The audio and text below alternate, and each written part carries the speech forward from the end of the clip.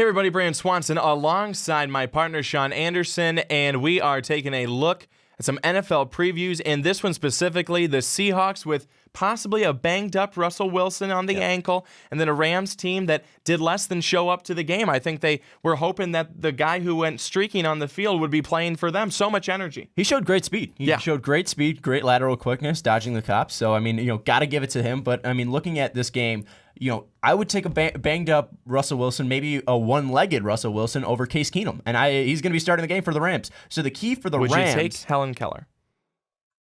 I'll get back to you. Okay. I'll get back to you. Okay. I would for sure take Jared Goff, and maybe they should try to start him. And maybe they should fire Jeff Fisher, but that's a different video here. But, with the Seahawks, the key is don't fuck up.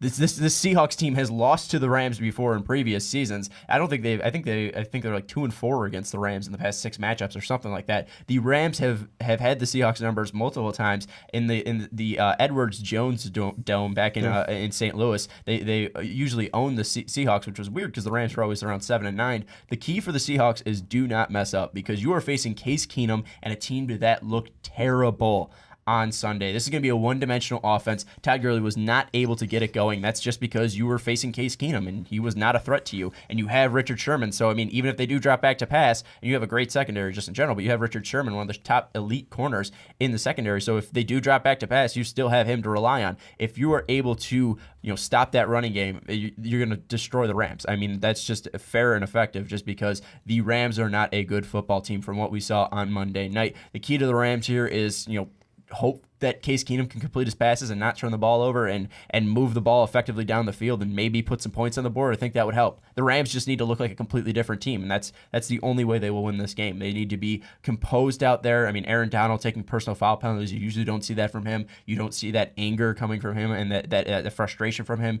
You usually don't see, the Rams offense looking that poor. You didn't see Todd Gurley look that bad really at any point in the season of last year. So they got to come out like a completely different team, and that's going to rely mostly on Jeff Fisher. So I'm going to take the Seahawks right now, 35-10 maybe. I think it's going to be a complete blowout just how bad this Rams team look. And I don't care if Russell Wilson's banged up. It's just, you could rely on Christine Michael in this game. I will take the Seahawks big in this game. Is it Christine, Christian, Kristen? I don't think anyone knows. No, I don't think anyone knows what his name is. I don't think anyone knows if he's an actual good football player either. No idea. No. So he hasn't proved it. One thing that I think is going to be really interesting for the Seahawks, a lot of people thought they would blow out Miami at home. They win 12-10, and I'm not saying that that's going to happen this week because the Rams would not last and wouldn't have a chance against the Miami Dolphins. Certainly they wouldn't. But my goodness, did Seattle just not come to play, or did Miami just actually show up on accident? They might have been too worried about the national anthem. They were. I mean, that was a big thing leading up to. I'm not even. That's not even a joke. I mean, that was a serious thing, and probably the biggest discussion going into Week 1 was what the Seahawks were going to do, and it was obviously a great showing of unity there. But I mean, that could have been a factor in there as well, as they were too worried about the national anthem and forgot that they were playing the Miami Dolphins. Yeah. Oh. Well, I don't know. Very interesting. Well, folks, make sure you check out the comment section down below and comment. Let Sean know what you think. He says 35-10 Seattle. I don't think he's too far off base on that one. It may be 42-10 Seattle, but I mean, it's not going to be real good. But make sure you follow us on Twitter. Sean and myself on Twitter. Our Twitters will be in the description. If you're all about this video, make sure you like it. If you love this channel, subscribe and become a patron on our Patreon page. Give us a little extra love each month. You'll have a little extra video and a little some, if you know what I mean. That's actually a beer. Some is a beer. We're not going to give those out to you.